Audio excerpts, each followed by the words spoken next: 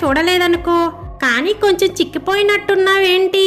నీ యజమాని నీకు తిండి పెడుతున్నాడా లేదా అని అంది. అప్పుడు కోడిపుంజు అదేం లేదు, బాగానే పెడుతున్నాడు అని అంది. దానికి పిల్లి ఏమోలే మామా, నాకెందుకు, ఊర్లో అందరూ అనుకుంటూ ఉంటే అన్నాన్లే.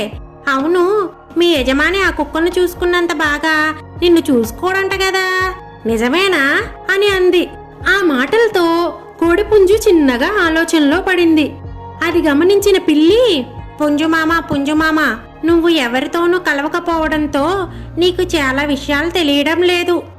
నీకు మేమన్నీ చెబుతామనే ఆ దొంగ కుక్క మా అందరినీ తరుముతూ ఉంది. కావాలంటే నా వెంట ఒకసారి రా, అందరితో మాట్లాడదువు గాని అని అంది.